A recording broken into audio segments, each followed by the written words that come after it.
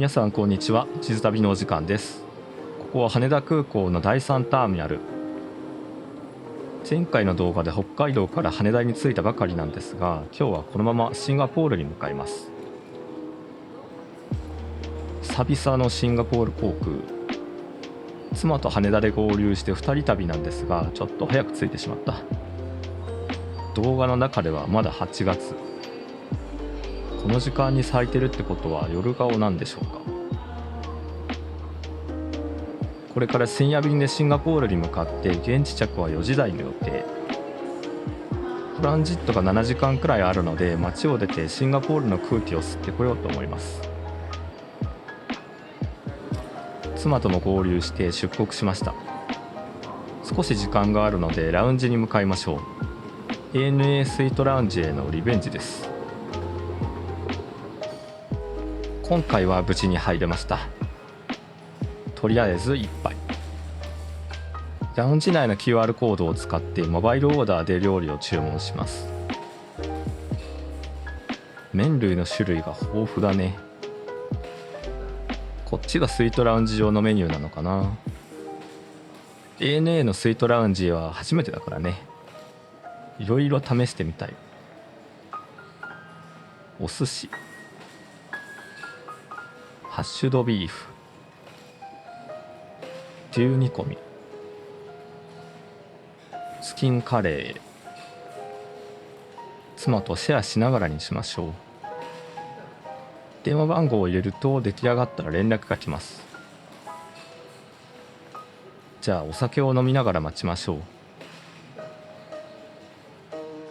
お寿司とハッシュドビーフ、味噌汁もついてくると思わず結構な量になっちゃった。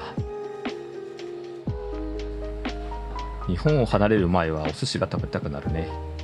ネタはスタンダードなのが5つでした。こっちは妻が注文した牛煮込み。これも美味しそうです。デザートには新千歳空港で買ってきた生ノースマンがあります。新千歳だとお土産物屋で買うんじゃなくて直営店で買うのが種類も在庫も豊富でおすすめ。シャワールームを2人分予約したので、それまで作業しつつ待ちましょう。ちなみにラウンジ内の Wi-Fi は結構速くて、撮影データのクラウドバックアップがはかどりました。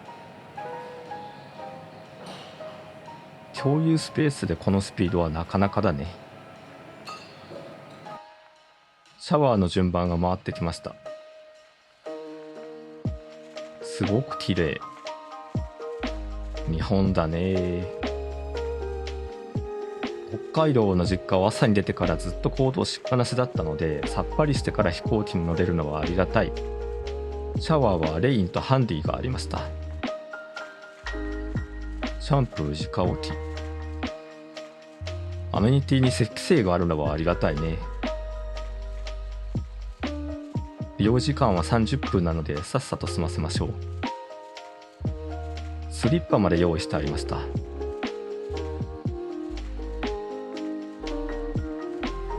おかげでさっぱりした状態で深夜フライトに臨めます。サンタミのスイートラウンジはこじんまりしてるけど過ごしやすいラウンジでしたね。同じような時間に出ていく人がたくさん。この時間はフライトが多いからね。今日は107番ゲートから40分ディレイみたいですね。いつも出国して左側エリアだったから、こっちはなんか新鮮。コンビニあるの知らなかったよ。エコノミーだけどスターゴールドで優先登場。ここにも節気性が。いよいよ登場です。ダルビンで見慣れたディスプレイ。A350-900 でのフライトです。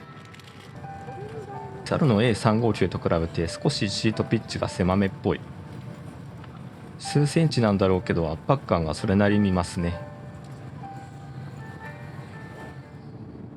月が綺麗。飛行機は離陸したところです。シンガポールまでは約6時間半のフライト。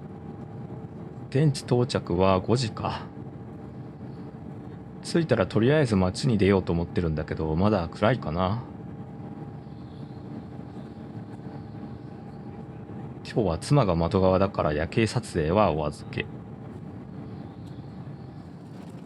1時間ほど経ったところで機内食が配られました。深夜1時なんだけど結構がっつり。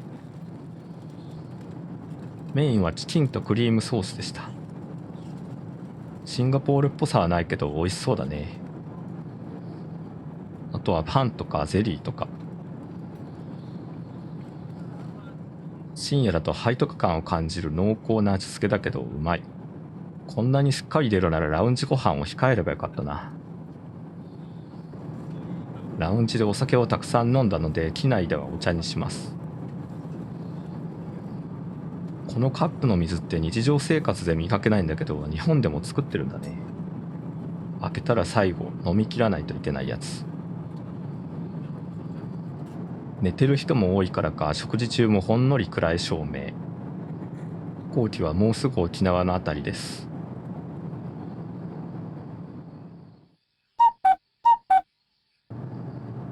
3時間ほど寝てもうすぐ午前5時。機内は真っ暗です。あと1時間ほどで到着ですね。到着は少し早まったみたい。機内も少し明るくなりました。東南アジアの深夜便だと寝たら着くから特にやることもないですね。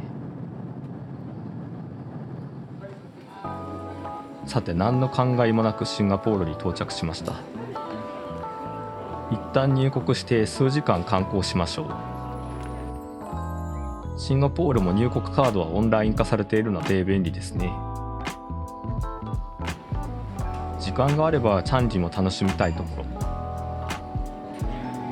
チャンジはこの時間帯もガンガン飛行機が飛んできてますね。出発地もアジアやオーストラリアやアメリカ、ヨーロッパもちらほら。空港を出る前にスカイトレインに乗って移動。ジュエルを通過するルートだから例の滝の前を通るかな。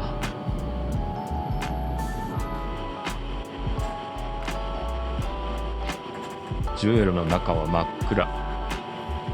調べてみたらお店が営業するのは朝10時からみたい。なんかでもこれはこれでちょっとワクワクするけどね。人がいない巨大施設。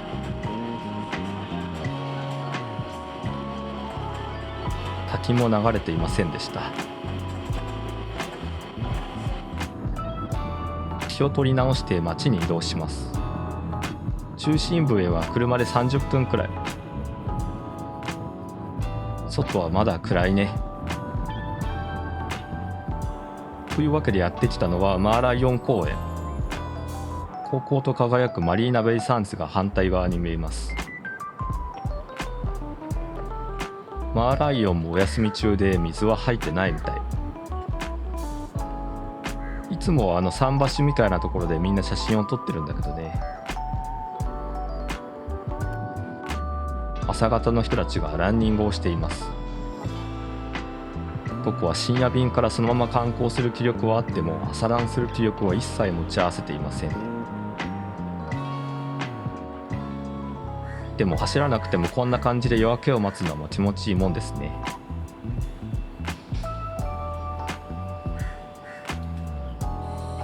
空もちょっとずつ明るくなってきました。早起きできないたちなので深夜フライトでなっちゃ見れなかったっけ。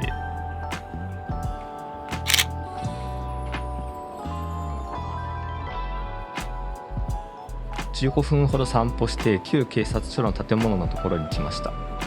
この時間は車も少なくて写真が撮りやすいですね。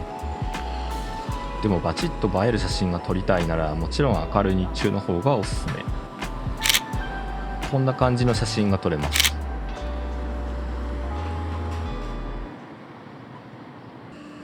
ここからは地下鉄で移動。朝ごはんを食べに向かいます。やってきたのはラオパサ。まだ朝の7時30分なので空いてる店は多くはありません。そんな中、早朝からやっているのがこちらのコピキオスク。お仕事前の人たちが行列を作っています。カヤトーストのセットとかあるね。周りのお店は開店準備中って感じ。注文したのはカヤトーストと甘いコーヒー。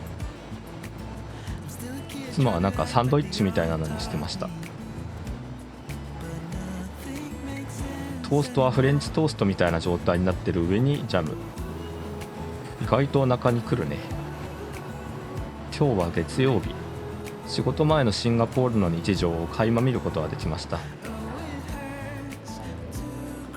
しばらく辺りをフラフラしてからやってきたのはマリーナベイサンズのモール。街もすっかり動き出して、マーライオンは今日も元気に水を吐いています。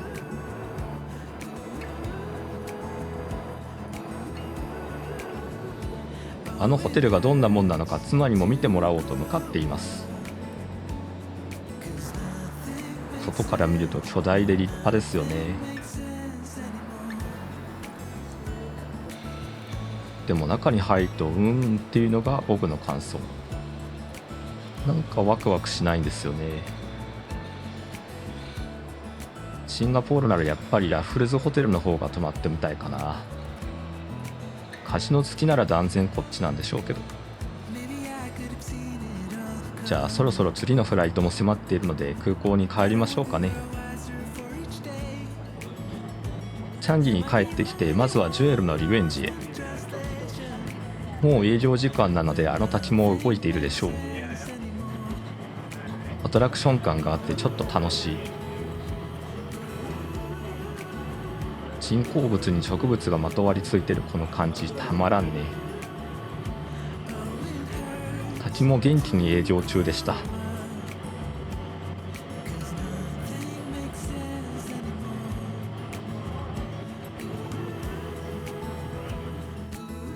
さてさて、シンガポールを出国し、次の目的地はマレーシア。サマースクールでクアラルンプールにいる子どもたちに会いに行きます。出発までシンガポール航空のラウンジで過ごします。ちょっと仕事もしてご飯を食べたらあっという間に搭乗時刻です。次の目的地はクアラルンプールですが、今回はここまで。今回もご覧いただきありがとうございました。それではまた次の旅でお会いしましょう。さようなら。